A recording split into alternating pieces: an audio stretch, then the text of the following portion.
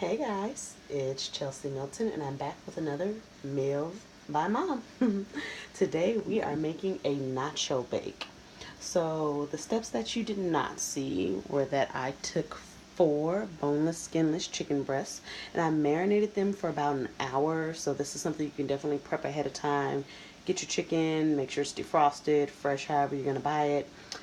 Put the marinade on it and let it sit overnight so when you come home the next day you're ready to rock and roll.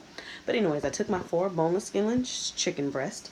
To that I added some Chef Merito, I think is how you pronounce it, Pollo seasoning. You can get that at any store, Walmart, Safeway, Save Mart, whatever's near you.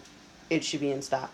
It's the yellow one, not the orange one. The orange one is for asado, which is more like beef and stuff, but either one will probably work. However, since I'm doing chicken, I got pollo, which means chicken.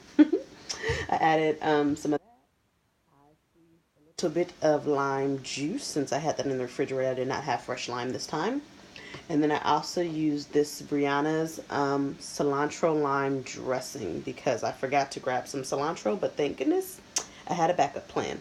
So you could either do a cilantro lime dressing and just kind of get your 2-for-1, or you could actually do fresh cilantro on your chicken. Today I was being a little lazy, and like I said, I even went to the store and forgot the cilantro. So that's what I marinated my meat in for 45 minutes. I tossed as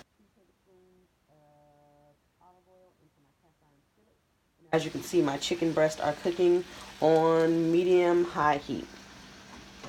And so for our ingredients that go into our casserole, bake, whatever you want to call it, we are going to take 1 can, 10 ounces of diced tomatoes with green chilies. I got the mild. You can get spicy if you want, totally up to your preference. I have 1 can cream of chicken. That's 10 ounces. I have 1 can of refried beans. That is 16 ounces. You could do refried beans, you could do black beans, you could do pinto beans, you could do whatever kind of beans you like because this is just a platform for you to take it and run with it and take this recipe and tweak it however you like. And then I also did 4 ounces of salsa verde. And then we have 2 cups of Mexican style cheese. So all of that has gone into my mixing bowl, and I'm going to stir it up. Oh, and last but not least, we need tortilla chips. You can get whatever brand you like. I happen to already have these in my pantry, so that is why I'm using them. So I am going to go ahead and stir up my ingredients. Like I said, the cheese, the salsa verde, the beans, the tomatoes, the cream of chicken soup.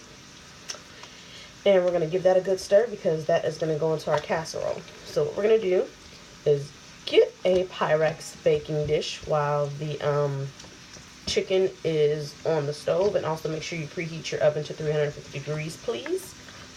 And we are going to use the meat once it's cooked and this here concoction to make ourselves a nacho bake. I will be taking my tortilla chips and crushing them up, and I'm going to do 3 layers, so just divide your chips evenly. You're going to want to put a layer on the bottom of the casserole dish, which you'll see me do in real life time. I'm just kind of getting your mind prepared for what's coming.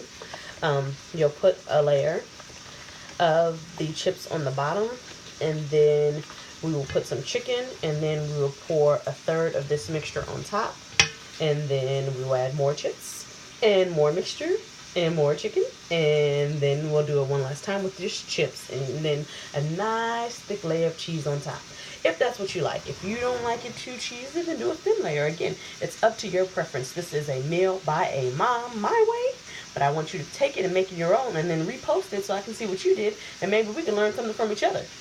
I am going to go ahead and grab my casserole dish. I'm going to let our chicken finish cooking, and when it's done, I will check back in with you. See you soon.